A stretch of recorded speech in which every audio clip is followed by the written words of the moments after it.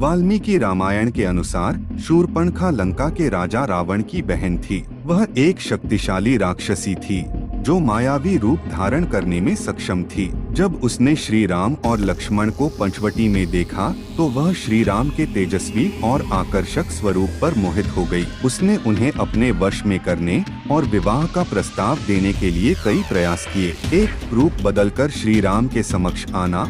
शूर्पणखा को यह भली भांति ज्ञात था कि राम साधारण मनुष्य नहीं बल्कि अत्यंत मर्यादित और आदर्श पुरुष हैं। वो जानती थी कि अपने वास्तविक राक्षसी स्वरूप में वो राम को आकर्षित नहीं कर सकती, इसलिए उसने एक सुंदर स्त्री का रूप धारण किया और राम के पास पहुंची। मधुर वचनों का प्रयोग करके जब शूर्पणखा राम के पास पहुंची तो उसने अत्यंत कोमल और मधुर शब्दों में उनसे संवाद किया। उसने अपने रूप गुणों की प्रशंसा की और राम की महिमा का गुणगान किया ताकि वे उसकी ओर आकर्षित हो जाए। स्वयं को योग्य पत्नी के रूप में प्रस्तुत किया। शूर्पणखा ने भगवान राम से कहा कि वो अत्यंत सुंदर, रूपवती और योग्य स्त्री है।